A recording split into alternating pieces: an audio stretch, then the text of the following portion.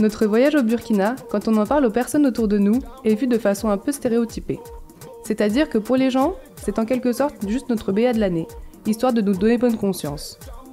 Pour d'autres, cela est juste un déplacement comme un autre pour aider les enfants du tiers-monde.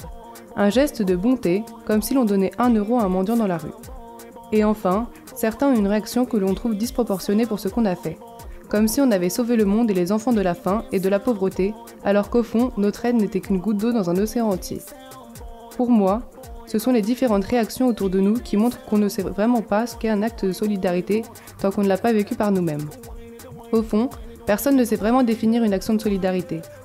Ce que c'est d'être solidaire. Ce que c'est qu'une action humanitaire, malgré les différentes définitions qui existent, en fait, je pense que chacun a sa propre vision de la chose. Moi aussi, avant de partir, j'avais ma propre vision, qui à mon plus grand bonheur s'est trouvée complètement erronée par rapport à la réalité une fois sur place. En effet, avant de partir, j'avais plus ou moins la 3e réaction que je viens d'exposer avant. J'avais l'impression de faire quelque chose d'énorme, limite d'héroïque. Je vais aider les enfants d'Afrique, que je disais à tous ceux qui voulaient l'entendre.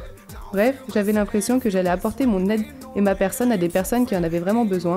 J'étais très très loin de m'imaginer ce qui allait arriver sur place. Les personnes, et surtout les enfants que nous avons rencontrés dans ce pays, nous ont beaucoup appris.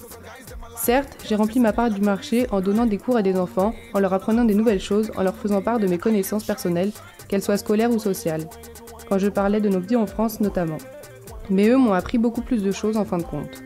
Grâce à eux, je me suis rendu compte ce que c'est que d'être heureux sans avoir grand-chose et juste profiter de ce qu'on a.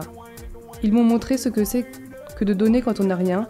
Ils nous ont surtout appris, et on l'a ramené ici, dans notre monde actuel, ce que c'est de ne pas être matérialiste et le plaisir qu'est que de donner aux autres au lieu de s'acheter quelque chose pour soi-même.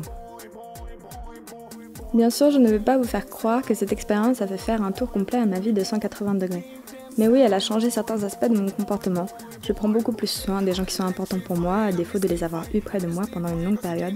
Je dépense moins d'argent et croyez-moi que c'est un changement énorme chez moi. En général, je suis beaucoup moins matérialiste. Après, il est vrai qu'une fois revenue dans mon train-train quotidien, je reprends la majorité, voire la totalité de mes habitudes, et je n'ai pas l'intention de le changer car j'aime ma vie comme elle est. Du coup, parfois, on peut avoir l'impression que cette expérience n'a été qu'une passade dans ma vie sans grande importance, mais au fond, elle m'a plus marquée intérieurement que ce que l'on peut s'imaginer. Justement, j'aime ma vie comme elle est, et j'apprends à l'apprécier au lieu de me plaindre sans cesse qu'il me manque quelque chose à mon bonheur. Après, il est de notre habitude de nous plaindre pour rien, mais au fond, c'est plus par plaisir que l'on se plaint que par réel manque de quelque chose d'important dans notre vie, et aujourd'hui je m'en rends compte. Aujourd'hui, je ne considère pas avoir fait une action humanitaire, avoir découvert un nouveau monde, de nouvelles personnes que j'ai plus ou moins appréciées, un autre mode de vie complètement différent du mien et aussi intéressant, des capacités de résistance corporelle que je ne m'attendais pas à découvrir chez moi et tellement d'autres choses que je ne pense pas être en état de toutes les énumérer. Mais tout ça pour dire que j'ai non seulement eu cette satisfaction d'avoir pu aider quelqu'un en lui accordant de mon temps et voir que cette personne en a été touchée, a été heureuse que je sois là, ce qui a rempli les conditions pour lesquelles je me suis décidée à partir, tout comme la découverte d'un nouveau pays par exemple. Mais surtout que j'ai pu moi-même apprendre beaucoup de choses sur une autre culture, un autre pays, mais surtout d'autres priorités humaines que les autres. Je ne vais pas mentir en disant qu'il n'y a pas eu des moments difficiles où la chaleur était dure à surmonter, où la maladie commençait à devenir insupportable, et du coup moi aussi car mon corps était très faible, et où des personnes m'énervaient au plus haut point avec leur volonté de nous convaincre à tout prix à quel point notre organisation sociale était nulle et clairement inférieure à la leur. Mais j'ai réussi à m'adapter et à me sentir comme chez moi, et franchement ça je ne m'y attendais pas du tout.